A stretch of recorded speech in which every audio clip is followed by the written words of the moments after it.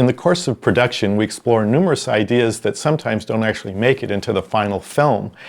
Here are some of those deleted scenes that did not actually show up in the movie, but we've saved them to show you here.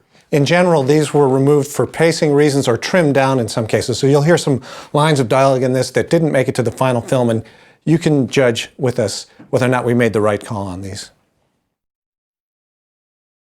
The scene you're about to see is a longer version of the opening song, Fathoms Below.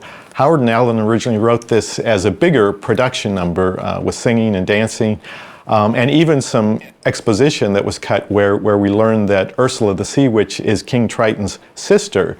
The reason this song was cut down was we just wanted to simplify the opening and get into the story sooner. This next scene is a little backstage bit between Sebastian and Ariel's sisters, where they learn that Ariel is missing, and there's a lot of nervous, frantic activity. Ultimately, we cut this scene because we felt we didn't need it, and we also wanted to reveal to the audience that Ariel wasn't there at the same time Sebastian finds out. So here it is. In this deleted scene, we are going to see an expanded version of the witch's song in the middle of the movie, Poor Unfortunate Souls. There was a whole verse in the middle of the song that we cut out, and you're going to get to see that here, as well as some introductory material at the beginning of the song where she explains her past history with King Triton. In this deleted scene, Sebastian is exploring the prince's castle, and it's a more elaborate one that appears than the one that appears in the finished movie. There are gags and bits of business that we felt went on just a little too long, so the movie version is more compressed, but here it is in a more extended version of A Mayhem for Sebastian.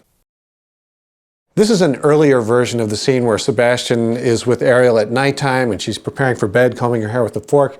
This scene was written by Howard Ashman, and it's got some dialogue that ultimately we had to trim from the movie, but it's got a scratch voice by Ed Gombert, who did the storyboards for it, and it's got some very funny lines by Howard Ashman in it, so take a look.